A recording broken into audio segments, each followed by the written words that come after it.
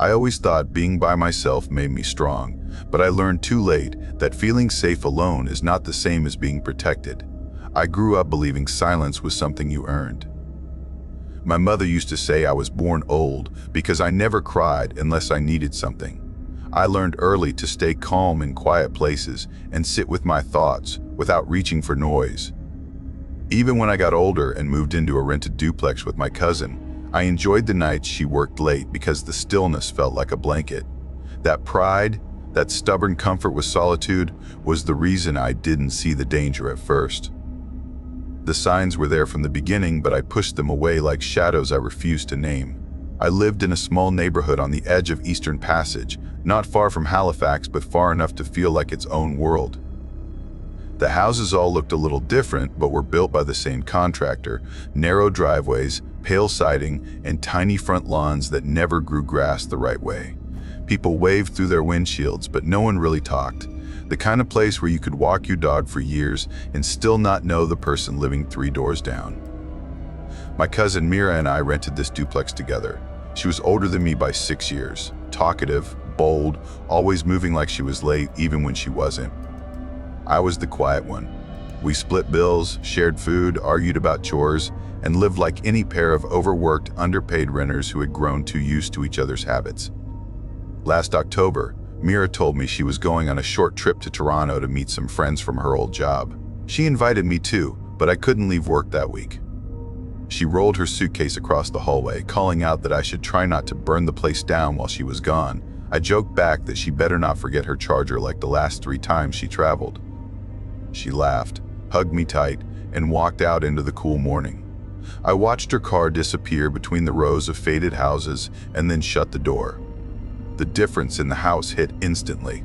Not frightening, just empty, like the air wasn't stirred the same way without her. I started the first day alone by doing things I never had the time or space to do. I scrubbed the kitchen counters, rearranged the living room furniture, and turned the music up louder than Mira ever tolerated. By mid-afternoon, I was in sweatpants with my hair tied up, enjoying the rare sense of having the whole place to myself. That was the moment the knock came. It was around 2 p.m. Sunny, quiet, a normal day. I had just glanced at the oven clock before walking to the door. I assumed it was a delivery because Mira was always ordering something. I didn't check the peephole. That was my first mistake. When I opened the door, a man was standing on the porch, early 30s, maybe a bit older, taller than me by several inches. He wasn't holding anything, no bag, no envelope, nothing that made sense.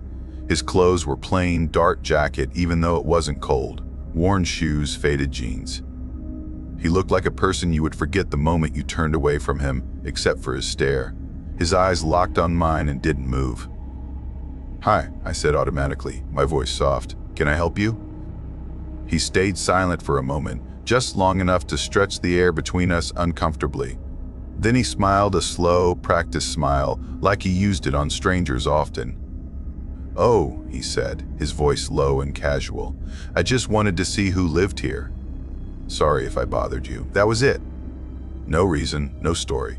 He nodded once, still wearing that strange smile, then stepped backward and walked down the path.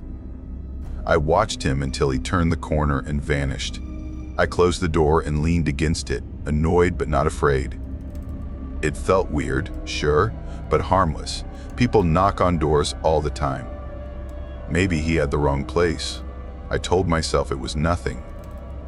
The rest of the day passed quietly. That night, though, I checked every lock twice before sleeping, just because something didn't sit right. The next morning, I went to work like usual. I convinced myself I was imagining things. By the time I got home around 5 p.m., I had nearly forgotten the knock. I was halfway through cooking dinner when there was another knock at the door. My stomach dropped before I even turned around. This time, I walked slowly to the peephole. It was him. Same jacket, same blank stare. I kept the chain on and cracked the door open just enough to speak. "Yes?" I asked, trying to sound calm. "Hey," he said cheerfully, like he knew me. "Everything all right?" The question didn't make sense. My hands tightened around the doorframe. "Yeah, why?" I asked. He gave a soft laugh like something amused him. "Just making sure, that's all." The way he said it made something crawl across my skin. I tried to smile politely. "Are you a neighbor?" I asked. "I don't think I've seen you before." "No," he answered fast, too fast. "Just walking around." Walking around twice, I thought. Both times to my door. "Okay," I said firmly. "Well, I'm fine." I shut the door before he could continue. I could feel my pulse in my ears as I listened to his footsteps fade away. I texted Mira. "Hey, did you ever see a tall guy around our place?" Dark jacket, weird stare.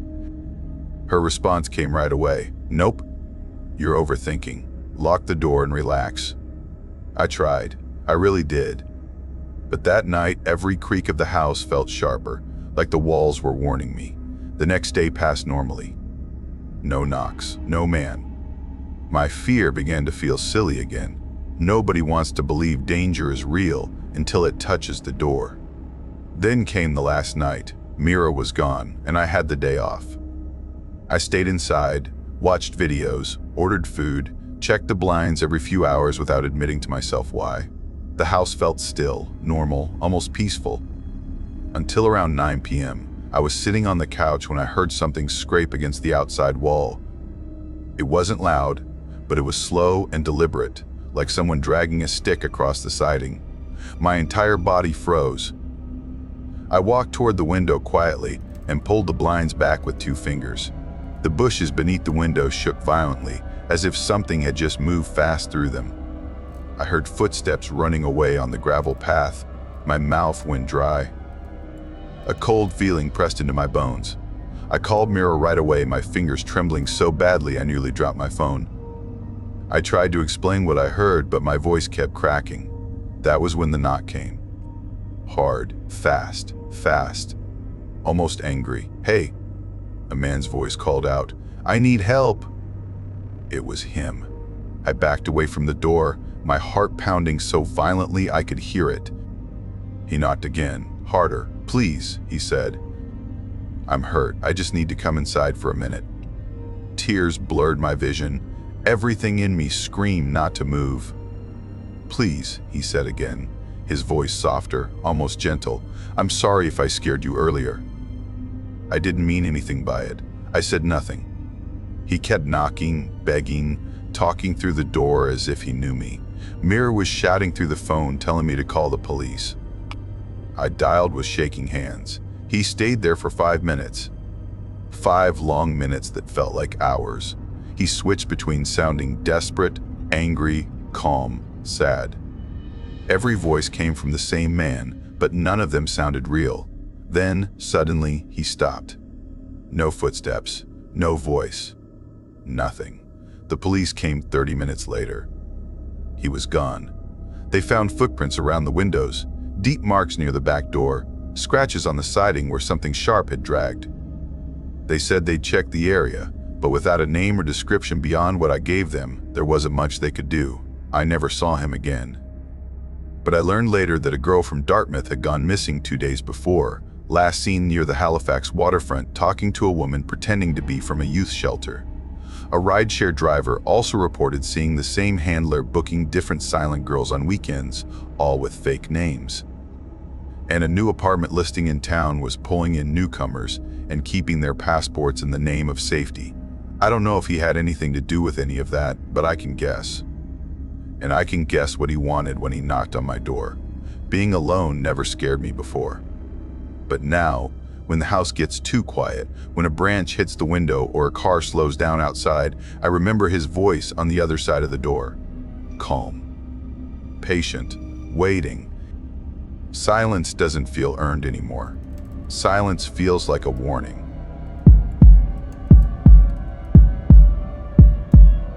I kept telling myself that nothing strange ever truly happened in small towns like Dartmouth, yet that night proved me wrong in a way that still knots my stomach when I think about it. My friend Mason kept saying I was fading into isolation, telling me that working long hours had eaten the old me, calling me a hermit half the time. He begged me to show up at his small get-together, saying I could come for a drink, say hi, and leave whenever it felt right. That sounded harmless enough.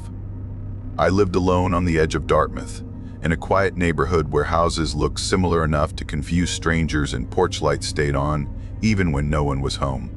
I had been there for years. No pets, no roommates, just me and a routine that tired me out. I worked night shifts at a distribution warehouse near the harbor, a job that paid well enough, but the long hours drained my energy, leaving me exhausted most nights. My evenings were usually the same: parking my car, locking the door, eating something quick, and falling asleep with the TV humming in the background. New Year's Eve was supposed to break that routine. I drove to Mason's house close to 9, and I could hear the music before I even reached the door. The place was packed with people I had never seen before, all laughing loudly with plastic cups in hand.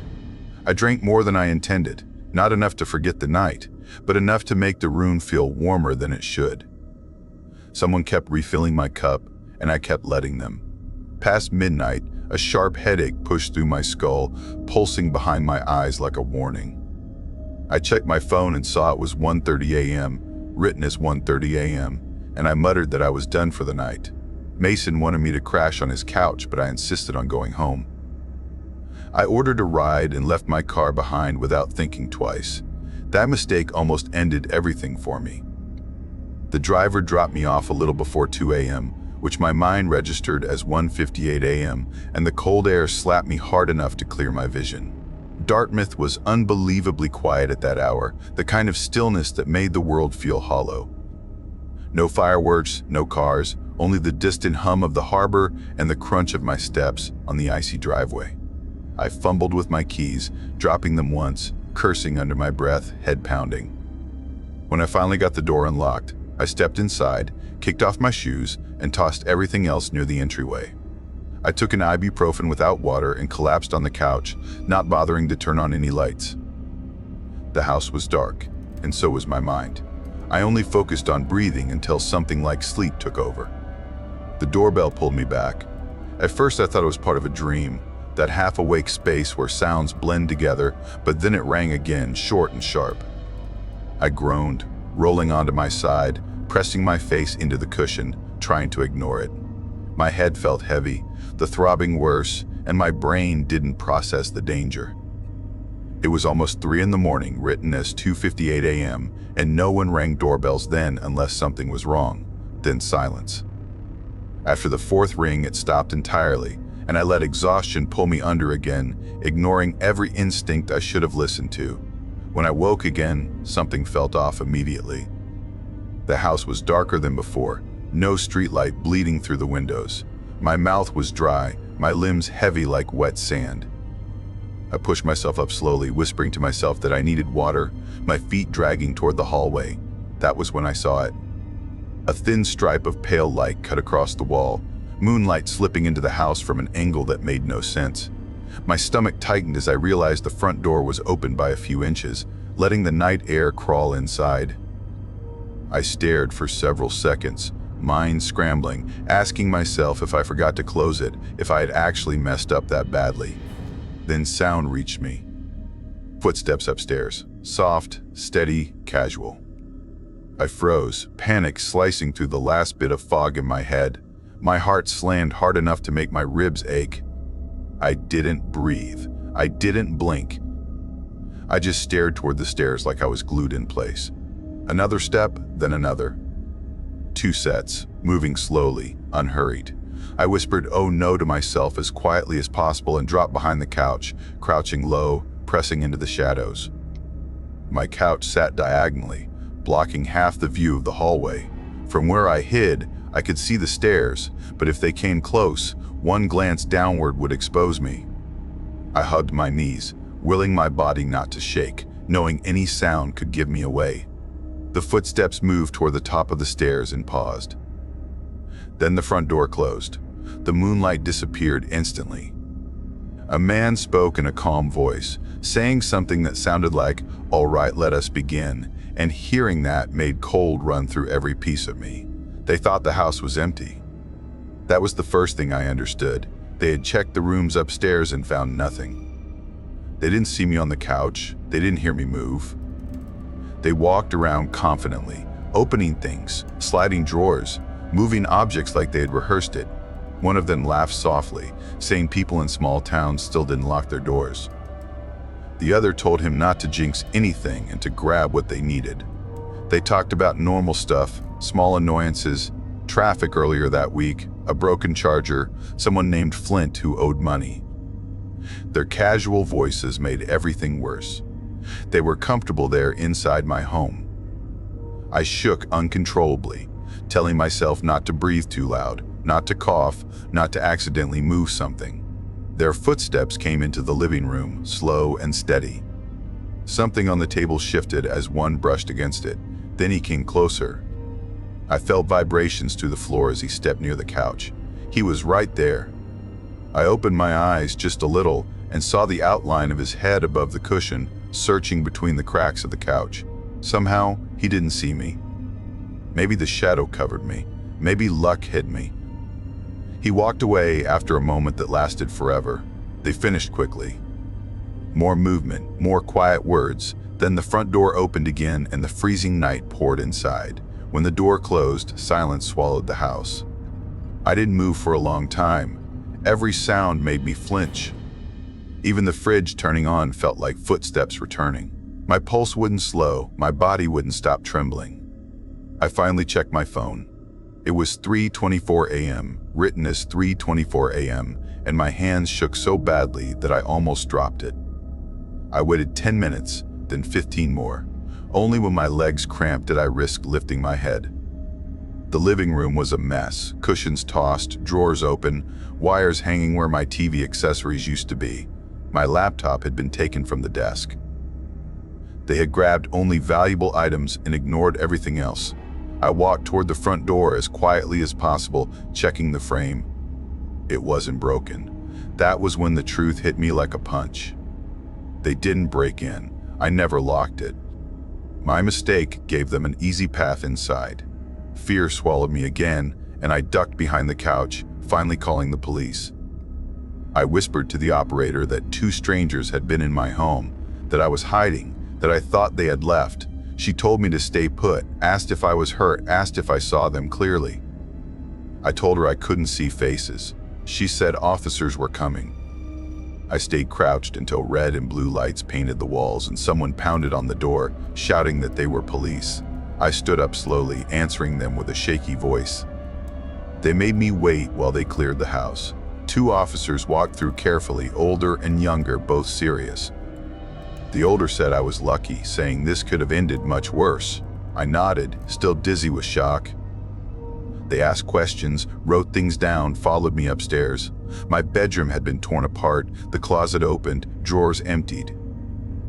Knowing they had stood inches from where I slept made my stomach twist. One officer pointed out that the door latch had been tested before. That made things fall into place later. The next afternoon, my neighbor, an older man named Bruce who lived across the road, knocked on my door. He said he had seen 2 people sitting in a car outside my house the previous week, but didn't want to alarm me. He assumed they were friends. They were watching my house. They were learning my routine. They knew I worked nights. They saw my car gone on New Year's Eve.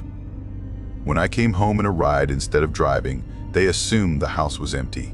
The doorbell earlier had been a test. Fear lingered in me for weeks. I slept on friends' couches, flinching at small noises. I replayed the moment the stranger leaned over the couch, replayed how close they came to finding me, replayed how the smallest change could have ended me. If I had gone upstairs to sleep, if I had woken a few minutes later, if he had leaned slightly farther. I changed everything after that.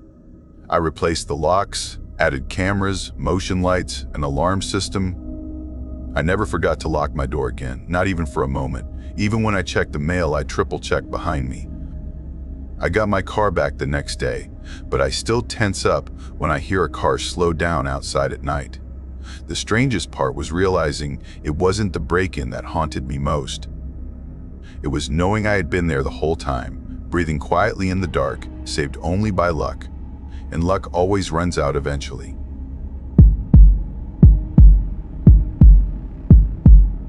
I did not think twice when I accepted the new job in Sydney, Nova Scotia, and now I wish I had listened to the twist in my gut that day. I only wanted steady hours and a place that would not fall apart around me because my old job had cut shifts and my rent kept eating through whatever little I saved.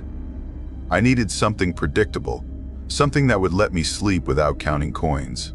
That tiny retail shop on the edge of Sydney River looked harmless enough when I first saw it, tucked between a fading barber shop and a bakery that only seemed alive during early mornings. The small strip of stores sat lonely on a patch of cracked pavement, with a wide stretch of forest behind it and a murky river across the road. Cell signals dropped like stones after sunset, and the air turned heavy in a way that made the night feel deeper than it should. Most evenings after work, I watched fog roll in from the water and blur the streetlights until everything looked ghosted.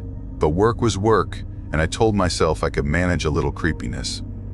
Locals drifted in often, familiar faces with familiar routines. The kind of people who knew each other's business without ever having a real conversation. They talked about windstorms coming off the Atlantic, complained about the potholes on the highway, and warned me that winter nights in this part of Nova Scotia could swallow a person whole. Outsiders stood out fast around here, with plates from other provinces or clothes too clean for a town that thrived on hard labor. And that was why one particular man always caught attention, even though people rarely spoke his name. He was called Rowan, but most folks just said that man down by the river. He drifted around the strip of shops longer than anyone could remember, always wearing mismatched clothes layered too heavily for summer, and walking like every step hurt him. Some said he once worked with the fishing crews. Others said he had family out on the Mira Road who stopped taking him in years ago. No one knew the real story, and no one cared to ask. People around here had learned to look away unless something was burning or bleeding. When I started, Rowan still looked human, still nodded back when someone greeted him, still asked for spare change with shaky politeness. But the longer he stayed around, the more he seemed to fade. His coat frayed, his pants dragged along the ground, and his boots split near the toes until I could see the socks inside. He stared at empty space most days, rocking slowly on the curb, though every now and then his eyes sharpened and landed on a person with unsettling focus. It was like he slipped into himself for long stretches, then snapped awake only to watch everything with a strange hunger behind his gaze. I used to bring him coffee sometimes, or bread rolls from the bakery before closing. He took them without meeting my eyes and mumbled something that might have been gratitude. I pitied him. I told myself everyone deserves some small kindness, even the forgotten ones, but pity can blind you fast. I worked mostly closing shifts. The bakery shut down at 6, the barber earlier than that, leaving me alone under flickering parking lot lights. I got used to locking the shop gate in silence, the only sound being wind scrapping broken leaves across asphalt. Rowan usually kept his distance during my shifts, sitting far enough that I could pretend he wasn't watching. Until I realized he was. It began as a feeling, a weight between my shoulders whenever the sky turned dark. I would look up and catch him staring directly at me, his head tilted like he was studying something only he could see. At first, I brushed it off. People look around, people zone out. But something about his stare stuck to my skin. I started keeping my keys tight between my fingers when walking to my car, just in case. Months passed. Life settled into a dull rhythm. Then one weekend, I drove into Halifax to see a friend, hoping city noise would shake off the unease sticking to me. The atmosphere felt different there, loud, bright, crowded with students and workers and people who had places to be. I wandered down the waterfront and bought food from a truck parked near an old warehouse, thinking about nothing more than salt air and warm fries. That was when a familiar pressure landed on the back of my neck. I turned slowly, expecting a stranger, maybe someone drunk or bored. What I saw made my stomach twist so violently I nearly stumbled. A man stood behind me who looked exactly like Rowan. The same bone structure, same long face, same narrow chin, same hollow cheeks, and the same missing tooth when he smiled. But this man looked clean, polished even, with trimmed hair and neatly shaped facial hair. He wore a dark jacket that looked expensive, clean jeans, sharp boots, and a smartwatch glowed on his wrist. A leather messenger bag hung from his shoulder, and a brand new phone rested comfortably in his hand like he used it for work calls. For a heartbeat, I thought my mind had finally snapped from working alone too often. But then he stepped closer and whispered something too quietly for anyone else to hear, and my chest tightened like someone tied ropes around it. He said he knew the shop I worked at, describing the lonely little strip mall off the river road. He murmured that he knew when the snow rolled in, and when the bakery closed, and when I usually walked to my car. His voice was educated, steady, nothing like Rowan's slurred murmurs. And the more he spoke, the more my vision went fuzzy around the edges, because everything about him felt wrong in a way that made me want to run into the nearest building and lock the door. Before I could move, the food truck worker called out a name, and the man stepped forward, took a wrapped box of food, glanced at me one last time, then walked into the crowd until he dissolved like smoke. I lost my appetite after that. My hands shook so badly that I had to sit down on a low stone wall near the water. I stayed there until my legs felt steady enough to drive home. Back in Sydney, Rowan vanished for days, then weeks. People shrugged when I mentioned not seeing him. They assumed he was sleeping near the river or had wandered toward the ferry docks. But something about his absence felt wrong, as if the air itself grew tense without him. Then one morning, he reappeared. Same filthy jacket, same dragging pants, same hair tangled into mats. He sat on the curb, rocking slowly, mumbling to himself. I approached cautiously, heart beating too fast. I tried to ask if he had been to Halifax recently. He looked at me then, really looked, and a flash of something dark twisted across his face. He leaned forward fast, close enough that I could smell rot clinging to him like a second skin, and he warned me not to tell anyone what I saw in the city. His voice cracked, filled with panic and rage. He shouted that he was not homeless, that I did not understand anything, and that I never saw him. People walking by slowed, staring. I backed away and hurried inside the shop, my hands trembling until the keys fumbled between my fingers. I called the police, but by the time they arrived, Rowan was gone again. They asked a few questions and drove off, clearly uninterested in chasing a man who drifted between shadows. After that incident, sleep left me. My nights were hollow, long stretches of staring at my ceiling while thinking about the clean version of Rowan in Halifax and the filthy one screaming outside my workplace. I kept replaying the way he said he knew when I was alone. I started checking behind me when walking to my car, checking the back seat before driving, checking my apartment windows before sleeping. I heard footsteps that stopped when I stopped, smelled mint near my building even though my neighbors never used it, and once found a small rock placed neatly on my doorstep as if someone marked the spot where I lived. Calls from unknown numbers began coming around 9 or 10 every night, each with silence on the other end. I blocked them, but new ones kept coming. A month passed. Winter settled in heavy, pressing frost against windows and covering the river with thin ice. One night during a closing shift, I heard footsteps crossing the empty parking lot. When I turned, the clean version of Rowan stood near the far edge of the lights, half-shadowed, watching me calmly. He greeted me as if we had known each other for years. He talked about public spaces belonging to everyone. He said that calling the police would only waste time because they were always slow reaching this strip. I felt my pulse beat through my palms as I held my keys tightly. He said Rowan was not real, not the way people believed. He claimed that Rowan was nothing more than a shape people projected something onto, something that existed only because small towns needed someone to ignore, someone to blame, someone to treat as invisible. I wanted to walk backward into my car, start the engine, and leave without looking back, but I could not make myself move. His voice pinched something deep inside me, something that made the cold feel like it was sinking into my bones. He stepped closer, staying under the flickering light, and said he liked knowing people, learning the details of their routines, their habits, the things they did when they thought no one watched. That night, I drove home shaking. I stayed awake until 2:17 a.m. when a soft knock landed on my apartment door. 3 slow taps, then another soft knock. My phone buzzed with a message from an unknown number that simply read, "You are home." I grabbed my keys and fled through the back door of my building without shoes, running until my lungs burned. I stayed with a friend until morning and went straight to the police.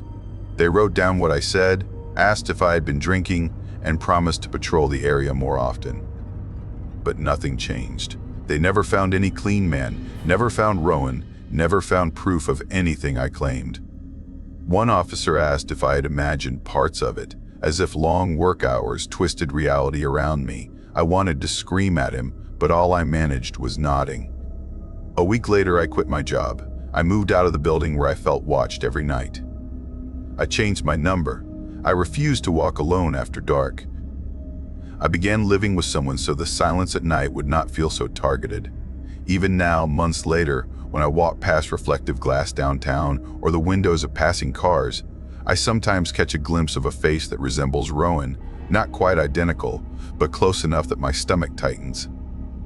Sometimes when I am lying in bed at 1:43 a.m., I swear I smell mint in the air, faint but sharp, drifting under the door like a memory refusing to die. And sometimes I wonder how many people offered Rowan spare change while the clean version watched from the shadows nearby, learning their faces, their habits, their weaknesses, waiting for the moment they did not look twice.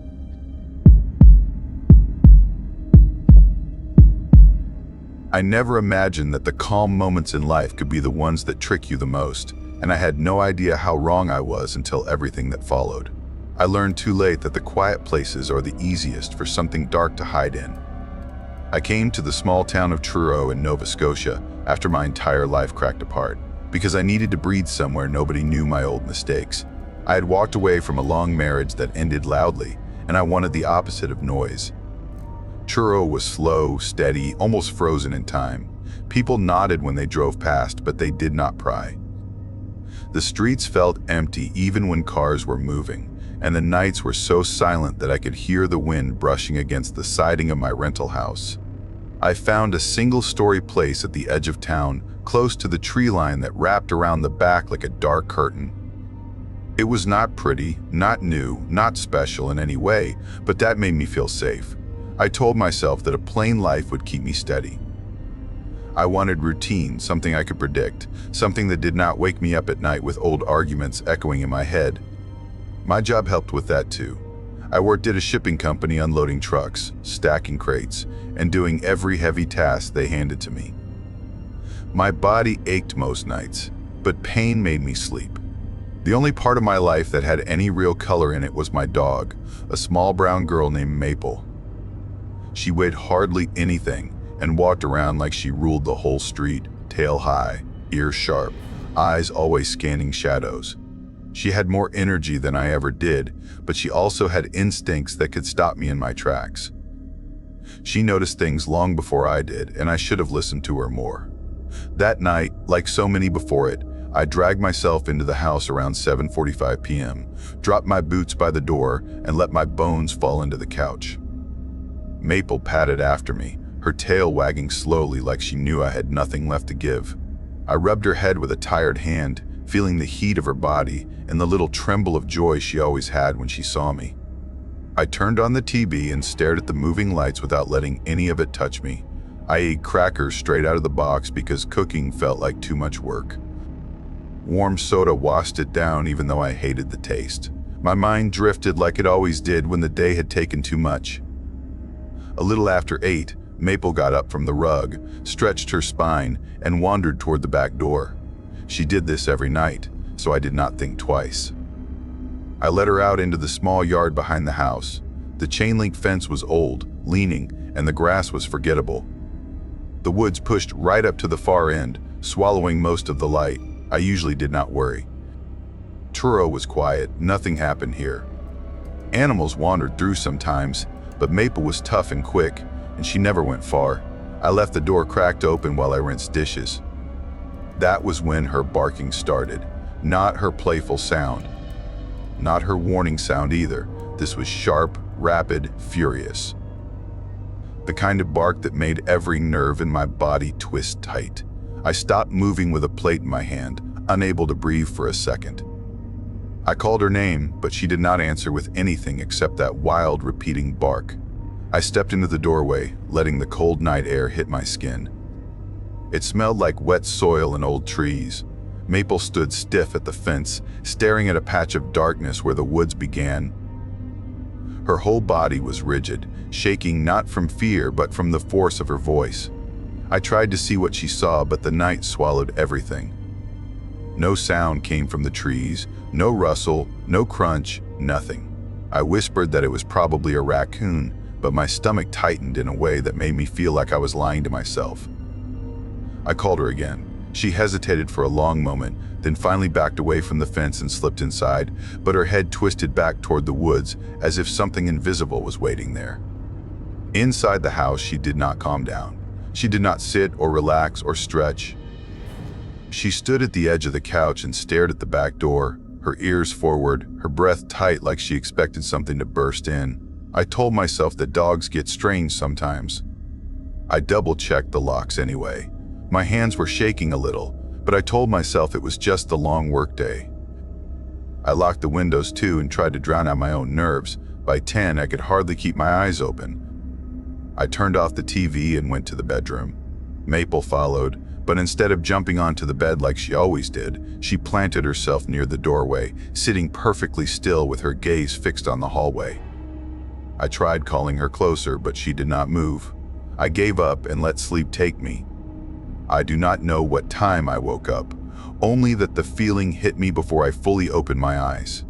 It felt like the air had changed, thicker, colder, wrong somehow. My bedroom door was wide open, far wider than I had left it. The hallway beyond looked darker than usual, though the house always felt dim at night. I whispered for Maple, but nothing answered. Not a paw step, not a shake of her collar, not even a breath. A cold wave rolled through me. I swung my legs over the bed and stepped into the hallway, trying to make as little sound as possible. The house felt too still, like something held its breath along with me. I moved down the stairs, almost tiptoeing, even though the old wood creaked no matter what. The living room looked untouched. The couch, the shoes, the blanket draped over the armrest, everything was exactly how I had left it. That normality made it worse, as if the quiet was pretending too much. I walked into the kitchen. Maple's food bowl was full. Her water did not have a single ripple. My stomach dropped hard, like I had swallowed a stone. I whispered her name again, this time my voice cracking. That was when I saw her under the table. She was pressed flat to the floor, shaking so hard I could hear her claws tapping the tile. Her eyes were wide, locked on me, but not with relief. With terror. She looked like she wanted to run but had nowhere left to go. I went to her slowly, trying to calm her with my voice, but she stayed frozen. Then I noticed what she was looking at behind me. The back door was not cracked open anymore. It was fully open, swinging gently, letting cold air flood the kitchen. The smell of the woods was strong, sharp, too close. I felt the blood leave my face. Someone had been in the house. My mind did not scream. It went quiet in a way that scared me more than any sound could have. I grabbed Maple and ran out the door, across the yard, through the old gate, and straight toward the neighbor's house. My bare feet slapped the concrete, cold and painful, but I did not stop. When my neighbor opened the door, they saw something in my face that made them forget every question. They called the police while I held Maple close, feeling her trembling against me. Officers arrived fast, but I already knew they would not find anyone. They walked through my house with flashlights, checking corners, checking closets, checking under furniture. They found only traces, but those traces were enough to make my skin crawl. There were footprints in the dirt outside the back door, footprints leading onto the porch, footprints inside the hallway, and even upstairs. Someone had been walking around my house while I slept just steps away. I did not know how long they had been there. I did not know where they hid while I searched for Maple. I did not know why they left the door wide open, as if inviting me to follow. But that was not the part that kept me awake after that night. What stayed in my head was Maple's behavior. She knew. She sensed something before it ever stepped through the door. Something that made her bark like she had never barked before. Something that made her hide under the table even after the house went silent again. I should have listened to her. In the following days, the police kept looking into strange activity around Truro. Someone reported seeing a shadowy figure near the bus station, where security cameras captured a strange exchange. A person calmly handing something off to another person at a bus stop, with no panic, no fight, Nothing. Another report came from a motel cleaner who found several identification cards hidden in the ceiling tiles, all belonging to people who had checked into different rooms under different names. Then there were whispers about a local church donation drive quietly steering lost teenagers towards shady work programs that no one ever returned from. All of it added up to something I did not want to think about, something that made the quiet town of Truro feel like it had shadows inside shadows, all moving with silent steps even during the day. I moved out a few weeks later. I could not stay in that house anymore. Maple never went near the back door again. She would whine whenever we passed through that part of town. I never slept the same after that night. And the worst part is that nobody ever figured out who walked through my house or why. They just left signs, footsteps, open doors, and cold air. Sometimes I still wake up convinced that I hear something shifting in the hallway, soft and patient, waiting for me to breathe too loud. I keep my doors locked now. I keep my windows closed. I check them more times than I should, but every so often, when the wind blows just right, I swear I smell the woods again, drifting into my new home like an old memory that refuses to leave. And I know deep down that whoever walked through my house that night did not do it for the first time, and they did not do it for the last time either.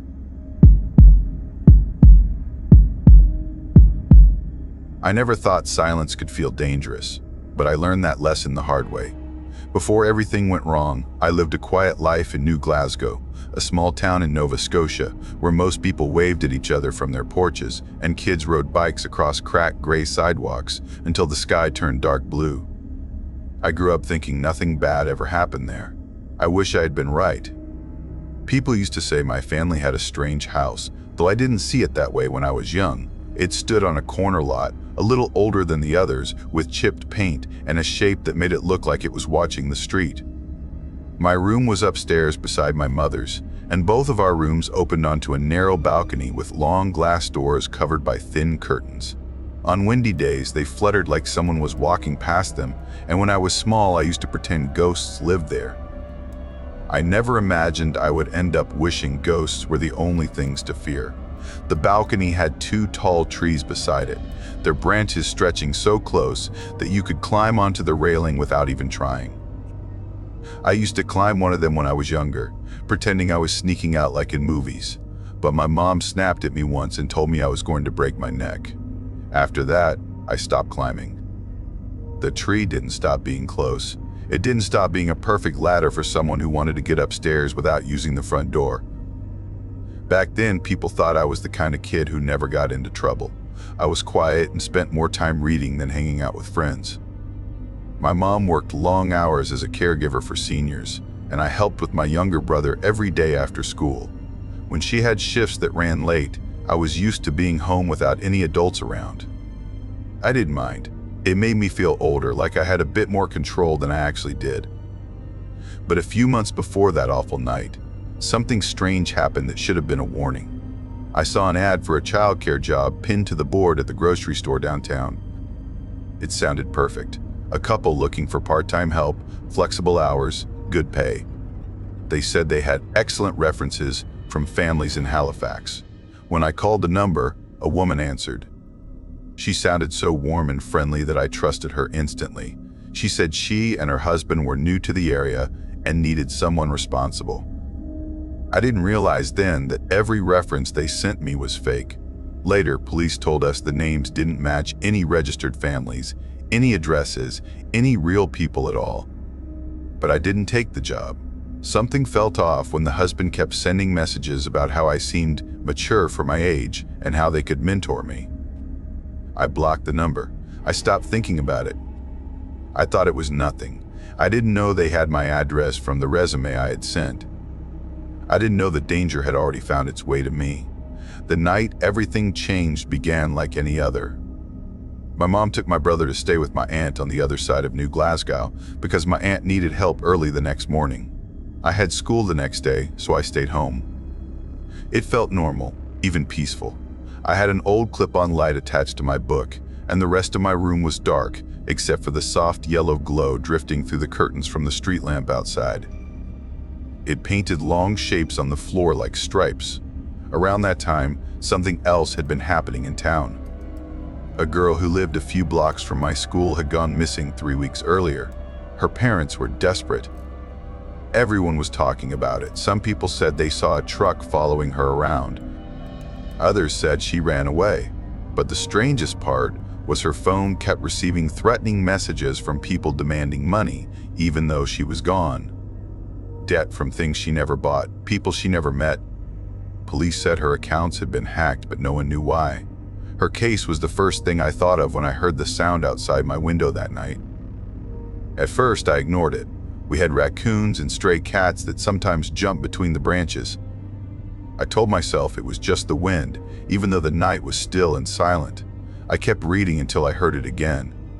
A slow scrape, a shifted leaf. Not quick like an animal, more like something careful. Planning, I lowered my book and listened. The sound didn't stop. My breath felt heavy in my chest. I tried to convince myself it was nothing, just a tree branch brushing the balcony. Then a shape moved behind the curtain, a shadow gliding across the soft yellow glow from outside. Not rushing, not panicking, just moving with quiet purpose. My book light snapped off instantly as I switched it off, and the room fell into darkness. My heart jumped into my throat. The shadow on the balcony grew taller. Taller than my mom, taller than anyone who should have been there. Whoever it was didn't want to be seen. That was obvious. I whispered to myself that they couldn't see me, but it didn't help. The figure lingered near the edge of the glass doors like they were listening for something. My heartbeat felt so loud I thought the person outside could hear it through the glass. Then I heard the thing that made my legs turn to ice. A soft click, a gentle rattle. Someone testing the handle to the glass door in my mom's room. My hands shook as I slid off my bed. I crept toward the door of my bedroom on shaking legs, cold wooden floor under my feet. I reached the door and turned the lock slowly, hoping it wouldn't make any noise. The handle outside rattled again. My throat tightened. Please stay locked. Please stay locked. I couldn't tell if it was locked. My mind wouldn't remember. I had been on the balcony that afternoon letting my blankets air out. Had I locked the door afterward? I couldn't think clearly enough to know. The handle stopped. Footsteps moved along the balcony again, soft and steady. Then the shadow reappeared behind my curtains, this time stopping directly outside my glass doors. The figure raised an arm. The shape of a hand reached for my handle. The handle turned. Once, twice, slowly. It didn't open. Relief hit me so fast my eyes flooded with tears. Everything went silent again. I covered my mouth with both hands as I crouched on the floor. The person outside began pacing back and forth across the balcony, slow steps, heavy breathing, like they were deciding something. The air in my room grew thick and hot, even though it was cold outside. I wanted to run downstairs and grab the phone, but I couldn't move. If I stood up, they might see. If I made a sound, they might break the glass. Then he stopped walking. His voice slid through the quiet like a knife. I could just break the glass if I really wanted to. A chill shot through me so fast I thought I would faint. His voice wasn't loud. It wasn't angry. It was calm, almost casual, like he had all the time in the world. Before I could even breathe, I saw headlights rolling across the street. A car slowed, turned, pulled into our driveway, my mom's car. She and my brother were back early. Tears spilled down my face as the shadow jerked away from the door. Something heavy hit the ground below the balcony. Then footsteps tore across the yard. Running, fleeing. When my mom came inside a minute later, I was still crouched on the floor, shaking too hard to speak. She rushed to me, grabbing me, trying to understand what happened. My voice cracked as I told her everything. She turned pale and immediately called the police. They searched the yard and the street. They didn't find him. But one neighbor reported seeing a dark pickup truck waiting near our house earlier. The same kind of truck connected to attempted abductions around my school. The same kind of truck the missing girl had been seen with. Police also asked strange questions. They asked about job ads, references, anyone knew I had talked to recently. My stomach twisted as I told them about the couple from the childcare ad. When I showed the messages, the officers looked serious. They said the names weren't real. The references were fake. The number wasn't registered to any local service. They told my mom that someone had been using similar tactics to target teens in smaller coastal towns across Nova Scotia. That night, I slept in my mom's room with the door locked. But sleep didn't feel real anymore. Every rustle of the trees made me tense. Every car driving by made me feel like someone was still outside waiting. Weeks passed. I never slept with my curtains open again. I never relaxed in silence again. And even now, years later, I check every door twice, sometimes 3 times. The wind brushing against the balcony still makes my chest tighten, even though we don't live in that house anymore. Sometimes I lie awake thinking about the missing girl and her phone. How it kept receiving threats, even after she vanished. How someone used her accounts long after she was gone. I wonder if she ever answered a job ad too. I wonder if she ever opened a door when she shouldn't have. I wonder if the man who stood outside my window that night was the same one who took her. I wonder if he still remembers me. If he still knows my face. If he still knows my address. Silence used to feel peaceful to me. Now silence sounds like someone whispering that they could break the glass if they wanted to.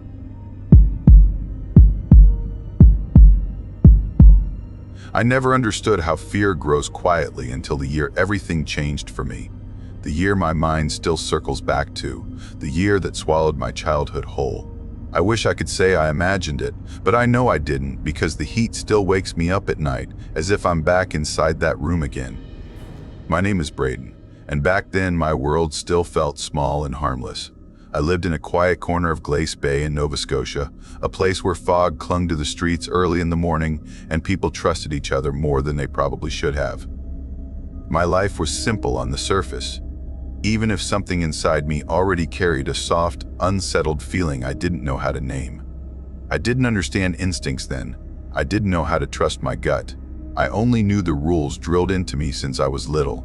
Listen to adults, don't stir up trouble, don't make things bigger than they are, don't be dramatic. I lived by those rules even when they didn't fit. That spring break, my parents packed us into the car and drove deeper into Cape Breton to stay in a small neighborhood in Glace Bay where my grandmother lived. Everyone called her Granny May. Her house sat at the end of a narrow road lined with old telephone poles and wind-worn houses, the kind of street where the windows all faced the ocean, but somehow none of the houses ever felt warm.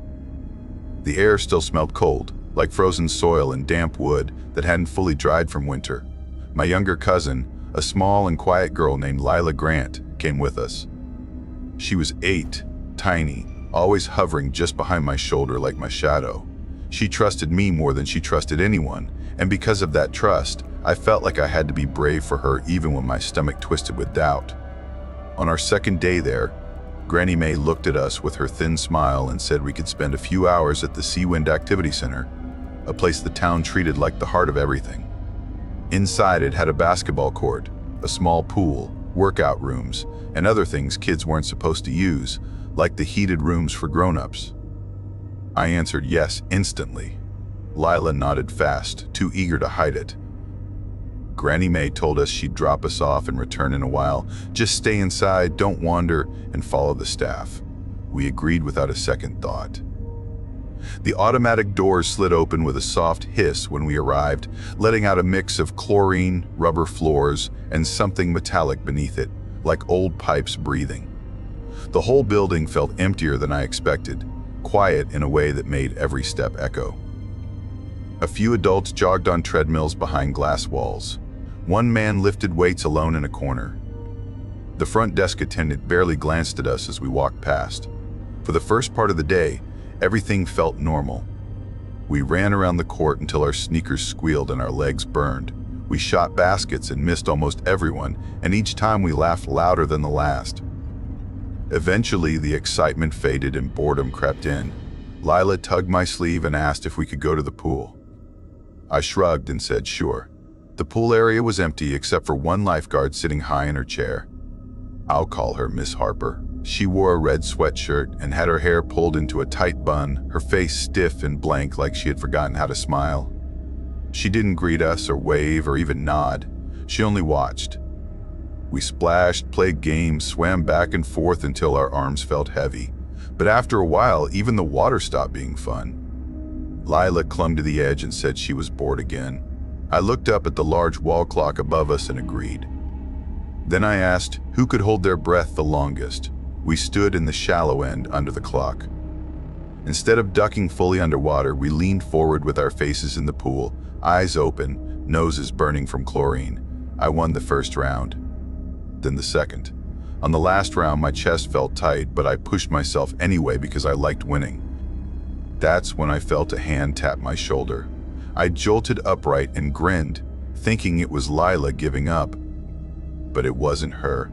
It was Miss Harper, standing right beside me with a blank look. She told us in her flat voice to stop that because it wasn't safe. I apologized without thinking. She said if we didn't quit it, she would ask us to leave the pool. I nodded, feeling the embarrassment burn my cheeks. We were already cold and tired anyway, so I told Lila we should get dressed and go back to the court. As we started climbing out, Miss Harper stopped us. She asked if we wanted to warm up in the hot room. There was a sign nearby that clearly said adults only, no one under 18 allowed. I asked if she was serious. She nodded slowly, her eyes never leaving mine. Lila looked up at me unsure. I hesitated for a moment, long enough to feel something sharp prickle in my chest, but I brushed it off. I nodded and said okay. She led us down a short hallway to a glass door framed by dark wood. Inside, everything was wood, the walls, the benches, even the floor. A clock hung above the door. A thermometer sat inside a plastic box on the wall. Miss Harper unlocked the door, motioned us inside, and stepped in behind us. She unlocked the plastic case around the thermometer and turned the dial with a twist of her wrist. We were too short to see the numbers, but I saw how far she turned it, her hand spinning it higher than I thought was normal. Lila whispered that it felt cold inside. Miss Harper told us it would warm up soon. Then she stepped back out and the door shut. I thought I heard a click, soft but unmistakable. The heat at first felt good. My skin warmed and the air felt gentle enough. We sat wrapped in our towels, leaning against the smooth wood. I watched the clock, telling Lila we would only stay a few minutes so we wouldn't get in trouble. A few minutes passed, then a few more. The air thickened. Breathing felt heavier. Lila said in a small voice that it was getting hot. I stood and tried the door handle. It didn't move. I tried again harder. Nothing. I told Lila maybe it was stuck, trying to sound calm, but my heart had already started beating too fast. She tried the handle too, but it didn't budge. We waited, hoping Miss Harper would return. 5 more minutes dragged by. The heat climbed fast, sharp, and oppressive, pushing against our skin like an angry hand. I walked to the glass door and tapped lightly at first. No reaction. I hit harder, telling her we were ready to leave. She sat at her chair, staring straight ahead, her posture unchanged. Lila joined me. We both pounded on the door. Our voices echoed off the wooden walls and felt like they dissolved before reaching her. The air burned my lungs. My eyes stung. Sweat poured down my face in steady streams. We sat back down, pulling our towels over our heads to block the heat, but even the towels quickly dried, making breathing feel harder. Lila whispered my name, her voice shaky and thin, telling me she didn't feel good. I looked at the clock again. Too much time had passed. My head spun from the heat. I stood, swaying, and stumbled toward the door again. I yelled until my throat felt like it was tearing. Miss Harper still didn't move. Then a thought slid into my mind, ice cold, almost whispering. She didn't forget us. She wasn't distracted. She wasn't busy. She wasn't making a mistake. She didn't plan to let us out. My stomach twisted violently. The heat made the wooden benches feel like they were burning through my skin. Lila lay on her stomach, barely moving, her eyes dull. I nudged her and begged her to stay awake even though my voice was barely a sound anymore. Then I saw someone walk past the glass outside, a man passing by, not staff, just a visitor from the fitness area. I slammed my hand against the door, using every bit of strength left in my body. The man stopped. He looked confused but concerned. He disappeared for a moment, then came back with Miss Harper. Relief rushed through me, but it stopped instantly when I saw her pull out her keys with a frown, as if opening the door was a hassle. She unlocked it just enough to crack it open. I grabbed Lila and shoved her toward the opening. The man tried to come in to help us, but Miss Harper tried to push the door shut again, blocking him with her arm. The man said, sounding unsure, that he thought we wanted out. I later learned his name was Michael Rowe. Miss Harper sighed like she was being annoyed for no reason, then opened the door fully. We stumbled out, gasping for air. We ran down the hallway without looking back. We didn't talk while we changed, our hands shaking so much it was hard to pull our clothes on. We didn't speak at all when Granny May picked us up. When we reached home, I told my parents everything while my throat still hurt from the heat. They looked at each other, then at me, then back at each other. My mom told me gently that I probably misunderstood, that heated rooms can feel way hotter than the real temperature. My dad added that sometimes fear makes memories feel bigger than what actually happened. I learned something that day, something that changed how I see people, something that taught me how easy it is for adults to dismiss a story just because it comes from a kid. I learned that disbelief can be sharper than any heat. I'm older now, and I still panic in closed, warm spaces. I still wake up sometimes gasping for breath with the feeling of wooden walls pressing in on me. I still wonder what would have happened if Michael Rowe hadn't walked past when he did. I still don't know what Miss Harper wanted that afternoon or why she did what she did. I only know one thing for certain, the thing I felt in my whole body that day. She didn't forget us, and she wasn't going to let us out. I never understood how silence can feel alive, like it can breathe on its own, until the weekend everything changed. I learned that quiet places can hide the loudest fear, and small towns can keep the darkest secrets. I grew up in Kentville, a small town tucked inside Nova Scotia's valley, a place where everyone knew everyone, and where the wind smelled like apples when the orchards were awake in the summer. My parents worked long hours at the local hospital, and I spent most evenings riding my bike through the narrow streets and gravel roads. Nothing scary ever happened in Kentville, at least not to people like us, or so my parents always said when I was younger. They used to tell me the town had safe bones, but bones can crack, and I learned that the hard way. My name is Drew, and the year it happened, I had just turned 17. I was finally old enough, in my parents' eyes, to stay home alone for a full weekend. They had a little cottage near Advocate Harbor, a long stretch of shoreline a bit over an hour from town, and they liked to spend summer weekends there to escape the heat. They said the air tasted cleaner by the ocean, that the fog made everything quiet in a nice way, not in a scary way. This time, they asked me if I wanted to join them, but I said no because my friend group was planning a hockey game behind the school and I had been bragging all week about how hard I could shoot now. My parents exchanged a look, that silent parent look that said they weren't sure I was ready for a full empty house, but they didn't want to argue. My mom finally sighed and said I was old enough. My dad nodded like it was decided. Still, my mom treated the situation like I was preparing for a storm. She filled the fridge with so much food that I thought she was feeding an entire hockey team. There were trays of mac and cheese, rotisserie chicken, slices of pie, bags of bread, and drinks that covered half a shelf. She shoved 2 folded bills into my hand even after I tried to give them back. "It's for pizza money," she said, "just in case you get tired of leftovers," and she squeezed my hand like she wasn't quite ready to let go. My dad loaded the last bags into the back of the car just before they left. He told me again that it would only be from Friday afternoon to Sunday afternoon. "You'll barely notice we left," he said while closing the trunk. I nodded and told him I would be fine, even though my stomach felt strange, like the feeling right before jumping into cold water. They hugged me at the doorway, reminded me to lock the doors, and promised to call once they reached the cottage. I watched the car roll down the driveway, the gravel crunching under the tires, and I stood in the doorway until they turned at the corner and disappeared behind the maple trees. The quiet that followed felt heavy, thick, almost like it had weight. The house felt too still. I shook off the weird feeling, shut the front door, and tried to act like it was any normal day. That first night felt almost unreal. No footsteps upstairs, no murmured TV shows in the living room, no one calling my name to remind me about chores.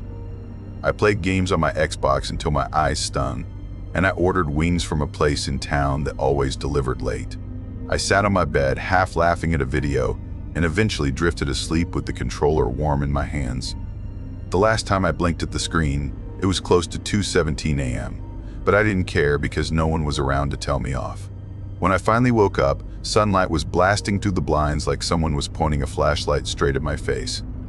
My phone said it was already past 11 in the morning. I groaned because I had planned to meet a few friends to play street hockey around noon. If I didn't hurry, I would be late, and they would tease me endlessly. Still half asleep, I shuffled into the bathroom, turned the shower on as hot as it could go, and stepped inside. The steam filled the room quickly, covering the mirror in a cloudy sheet. When my parents were home, showers were short and rushed, but now I took my time, leaning against the tile, letting the heat wash across my shoulders. I scrolled on my phone, flipping between videos and random posts, feeling free in a way I wasn't used to.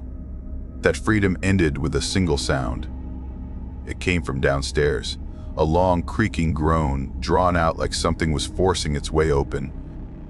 Our house was old, built before my grandparents were even born, and the doors always complained when they moved. The front door groaned when opening in the summer heat, and the back door made an even worse sound because the frame swelled when the air grew heavy.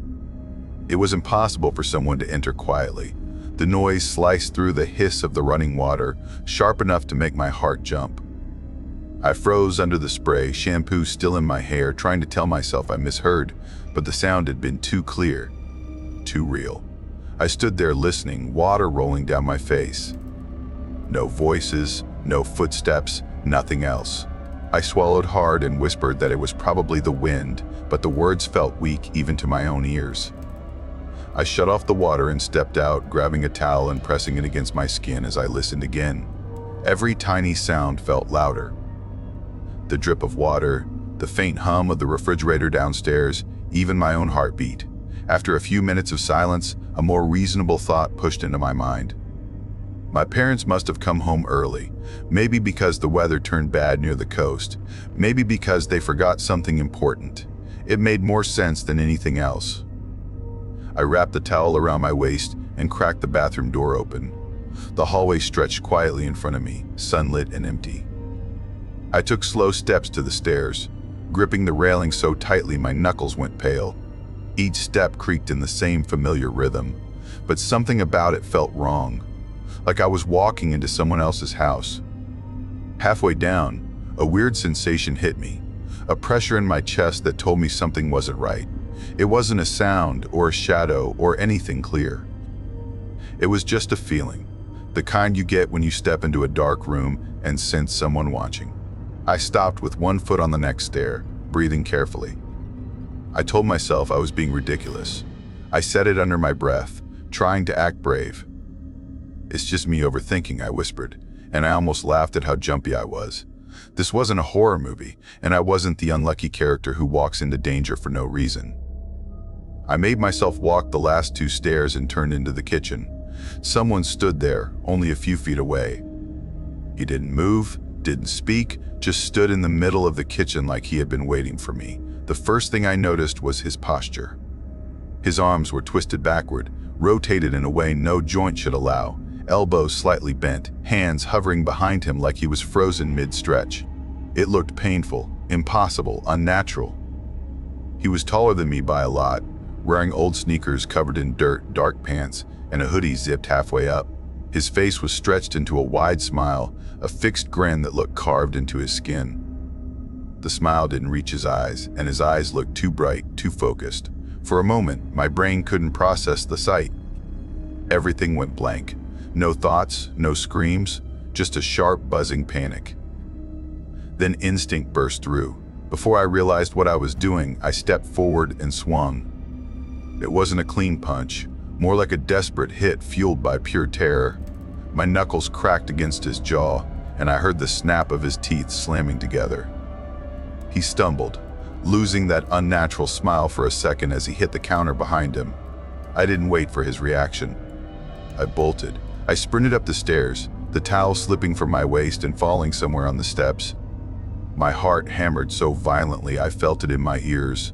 I flew into my bedroom and slammed the door shut, twisting the lock with shaking fingers.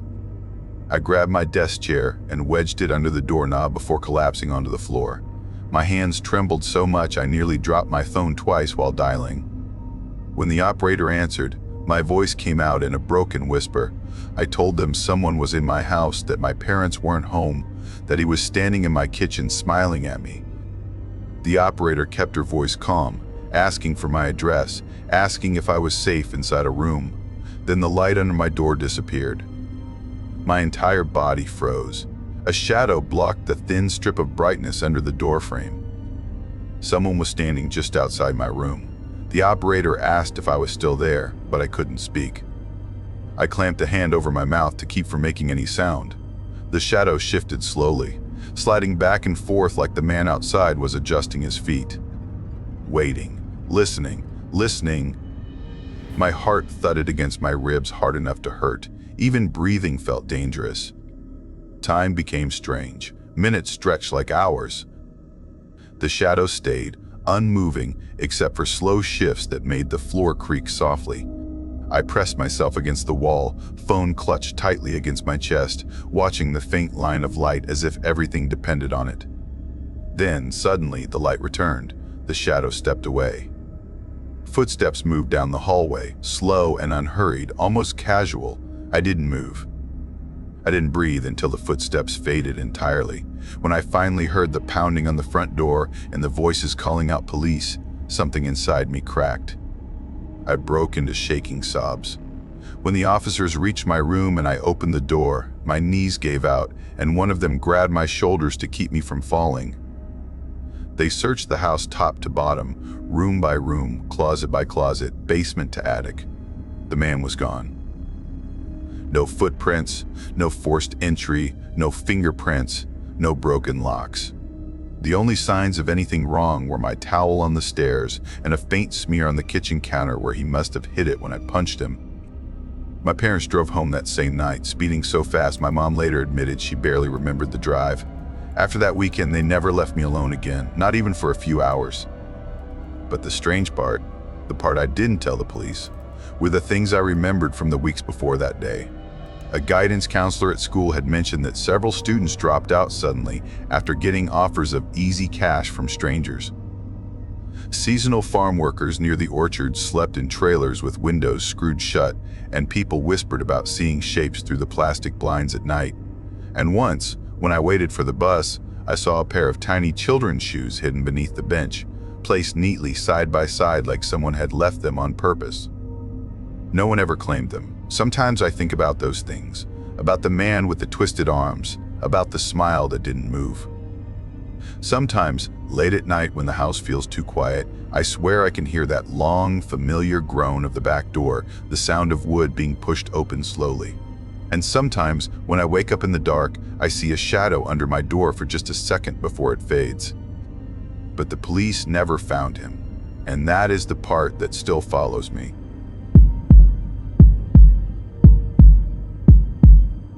I had no idea those first breaths of soft air would be the last peaceful ones I would ever take.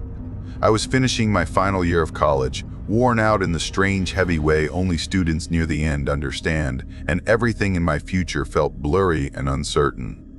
Work, money, where I would live, all of it felt like fog, but for one short week, none of that mattered.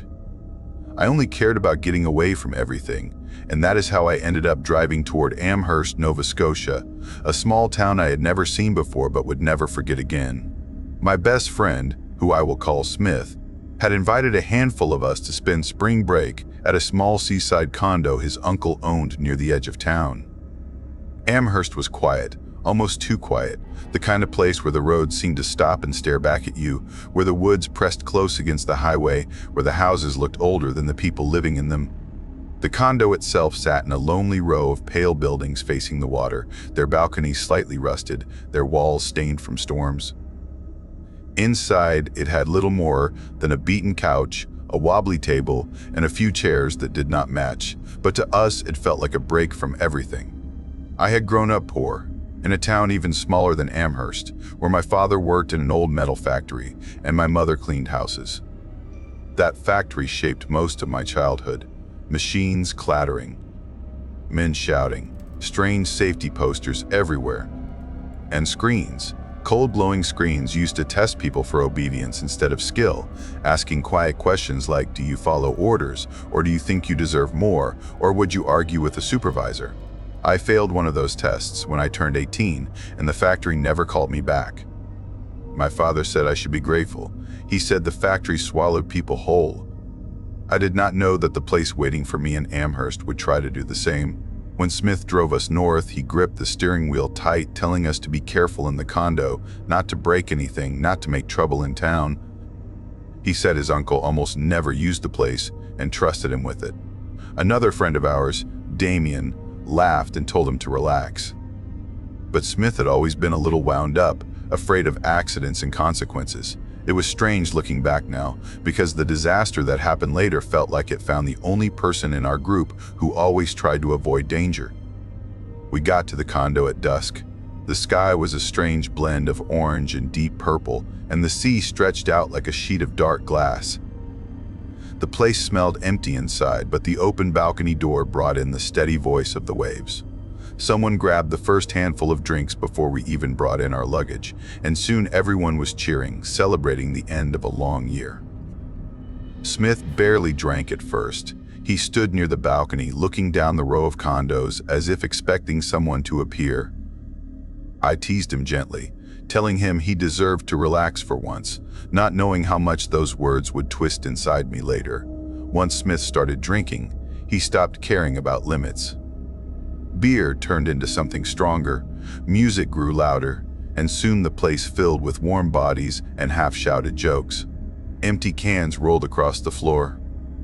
Someone knocked over a chair. Our group sprawled out like tired animals, slipping in and out of conversations. Smith changed fast. He went from quiet to wild. He gulped down drinks like he was trying to erase something. I knew he carried weight from his own family too, a rough father, a missing brother, but I never asked for details. That night I wished I had. By around 1 or maybe 2 in the morning, most of us were drifting off or staring into our phones. The music faded into a muffled hum. My head buzzed.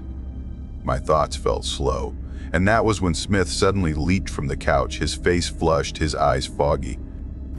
He asked why we were acting like the night was over. Someone groaned. Someone else said it was too late.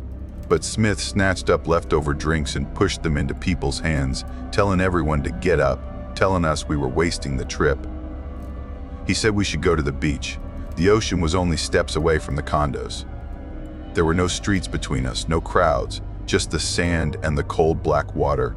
Someone asked if the beach was closed at night. Smith just laughed, waving off the question, stumbling a little as he pulled at his shirt. We ran out into the night without thinking, barefoot, half awake, half drunk.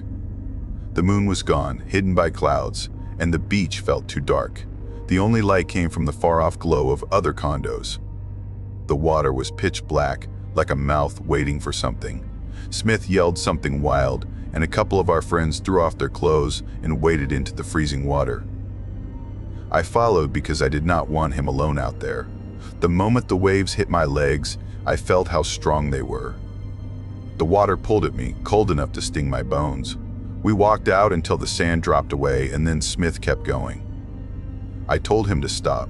He did not turn back. He started swimming out into the dark. I pushed forward, trying to keep him in sight, but each wave rose like a wall, blocking him from me.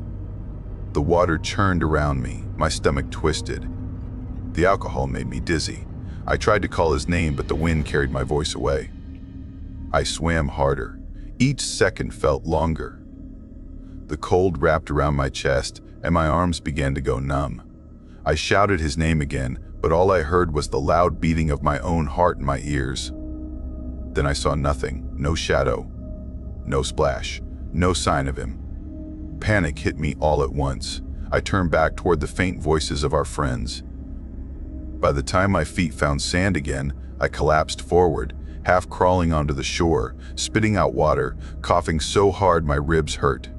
The others huddled together, sobering fast, their faces pale in the dark. I asked where Smith was. They said they thought he was with me. We ran to the pile of clothes on the sand. His were still there, untouched. That moment felt like something broke open in the world. I felt everything inside me drop. We scattered along the shore, calling his name, shining small phone lights over the dark surface. Someone called the police with shaking hands. The officers arrived calm and steady, asking questions that felt unreal and distant. They told us there was nothing to do until sunrise, that the tide was strong at this part of the coast, that night searches rarely helped. Their words sounded like they were coming from underwater.